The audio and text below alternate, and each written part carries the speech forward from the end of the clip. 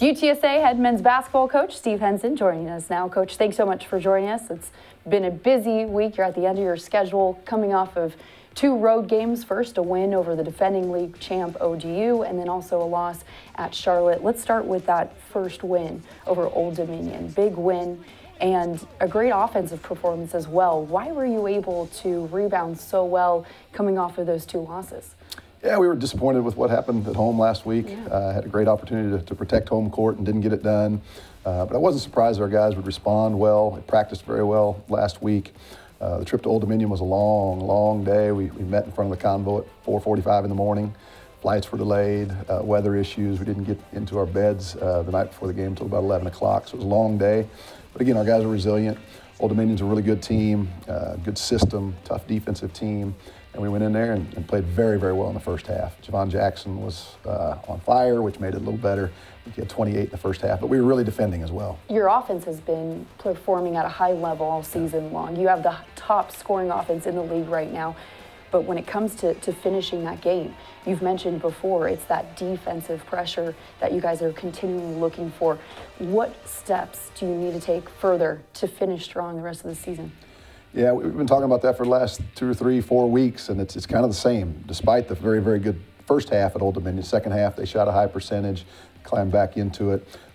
At Charlotte on Saturday, we weren't very good defensively, so we're still searching, really searching there. Offensively, we're playing at a high level. You mentioned Javon and Keaton have been fantastic. Javon's averaging almost 30 a game the last 5. Keaton's at 24 a game, shooting 48% from the 3. But we're still searching defensively, and we can't just keep trying the same things over and over. They're not working.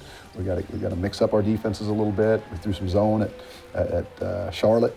First 5 possessions were great, but then they got a rhythm, and we got to keep making adjustments. So a lot of work to do on the defensive end, but I love what we're doing in terms of moving the ball and getting good shots. You can't talk about offense without talking about Javon Jackson and Keaton Wallace. Javon Jackson, the number 2 scorer in the country right now. Keaton Wallace also helping you guys tremendously. How much is this team having to rely on their success offensively, especially towards this end of the season? Well, there's a lot on their shoulders. I don't think they feel it as pressure. You know, they're both elite scorers, so they're just kind of used to it. They give us terrific output every night. When we have other guys step up, our offense looks even better.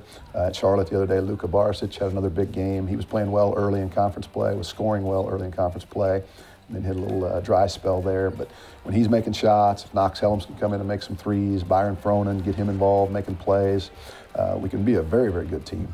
But there are nights when everybody's locked in, focusing their defense on those 2 guys. I think we're trusting. You know, I think they trust their big guys. We're hitting the roll guy on ball screens. Jacob Germany and Luka Barisic both made great plays out of ball screens the other day. So we got to keep improving that. We can't win enough games with only 2 guys playing on the offensive end.